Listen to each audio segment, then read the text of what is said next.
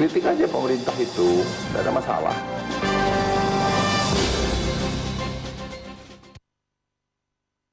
Pak Luhut 2 tahun masa pemerintahan Jokowi JK. Pak Luhut sekarang jadi Menteri Koordinator Kemaritiman dan Sumber Daya.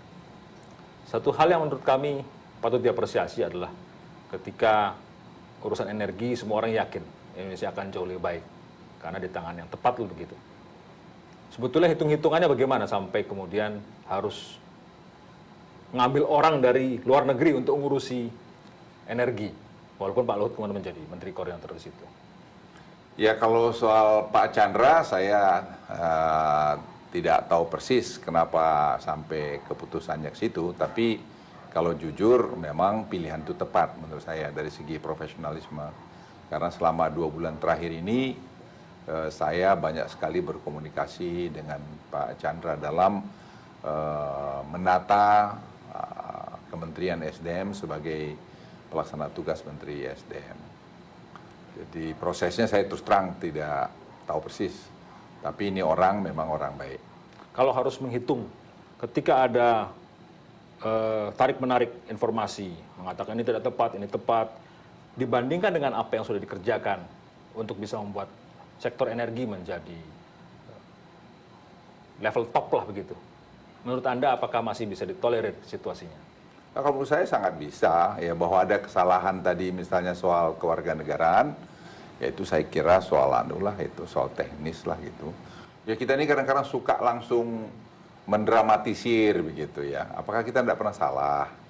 Ya kalau salahnya 1 untungnya 10 atau untungnya 5, 6 ya kenapa tidak gitu. Jadi saya sih melihatnya selalu lihat plus minus daripada suatu keputusan. Jadi kita jangan terus buru-buru melakukan Mengadili gitu mengadili begitu. Karena siapa sih yang nggak bisa salah? Kita kan nggak malaikat juga.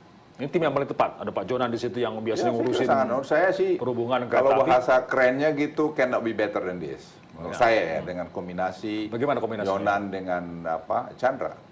Karena Ya, Yonan ini seorang bankers yang ngerti angka-angka. Sangat paham beliau. Nah, kalau si Chandra, saya lihat berkali-kali kami ketemu dengan Impact maupun Shell, dia sangat paham teknologi itu. Ya, saya lihat bagaimana mereka bertukar pikiran atau bernegosiasi atau mengedepankan kemampuan masing-masing dengan orang-orang asing dari Shell maupun dari Impact itu, dia justru bisa men-challenge mereka. Saya ada di situ. Jadi saya ingin katakan Presiden itu mencari betul-betul the best of the best buat negeri ini. Ya pasti ada yang kurang, kita juga mau dengar kok. Seperti saya katakan wawancara kemarin, kritik aja pemerintah itu, tidak ada masalah. Itu kan membangun. Tapi jangan kritik yang destruktif gitu. Sama dengan demo aja. Tapi jangan merusak gitu. Karena merusak kita mundur semua. Yang rugi itu rakyat kecil gitu. sampai Pak Luhut juga bisa menggunakan kata bulldozer. Jangan Ya itu sebenarnya istilah-istilah karena aja karena mengekspresikan sebenarnya perasaan hati aja sebenarnya. Jadi bukan bulldozer dalam arti sebenarnya. iya, enggak lah saya sih. Ya. Apakah termasuk juga untuk mengatasi pungli?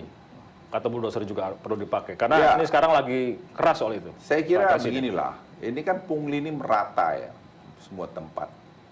Nah dengan kemarin Presiden sudah nandatangan Kepresnya dan sudah mulai berjalan, saya kira itu sudah satu langkah bagus. Kalau soal pungli sampai Presiden turun tangan itu kan berarti polisi, kemudian jaksa atau mental PNS sendiri belum sampai pada tahap yang diinginkan. Ya Presiden bagus lah, nah itu yang perlu juga sekali-sekali pemimpin itu turun ke bawah, jangan pemimpin itu di istananya saja.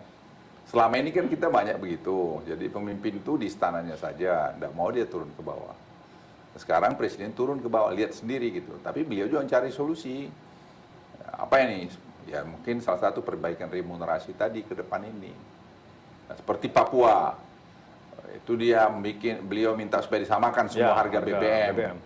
Itu juga pikirannya bagus. Kan semua efisiensi, lomba bukan hanya bukan hanya Pertamina loh. Semua perusahaan-perusahaan yang di sini ya biar mereka berkompetisi. Saya ingat dulu sekitar taruhlah 5 tahun yang lalu Pak Kwi Kian mengatakan bahwa duit kita ini APBN itu 30% itu bocor. Artinya bahwa persoalan kita salah satunya pungli itu belum berhasil sampai sekarang. Saya sangat setuju ini setelah ya omongan dari sebenarnya yang pertama lontarkan itu Profesor Sumitro Jahadikusumo, masih saya ingat mungkin berapa belas tahun lalu. Beliau mengatakan 30% kebocoran APBN kita, dan itu saya benarkan. Saya terutama waktu saya Menteri SDM, saya lihat betul acting Menteri SDM itu ya.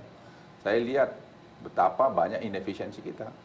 Nah itu yang Presiden juga sangat address, tekankan betul.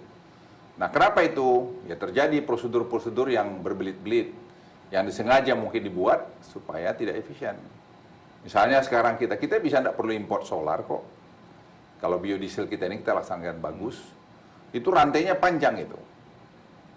Kalau kita tidak import solar, ya biodiesel kita bagus, harga palm oil naik, petani diuntungkan. Nah, ini kan satu rangkaian sendiri. Nah, tapi kan ada yang coba motong juga itu. Nah, sekarang kita coba ya. Kalau itu mafia bagaimana, Pak? Ya, saya kira masuk dalam bagian itu. Itu yang harus kita potong. Tapi kan semua kita harus berubah. Seperti di SDM, itu ada dari 104, kita kurangin, tinggal 6 peraturan. Itu mungkin akan selesai nanti bulan-bulan depan.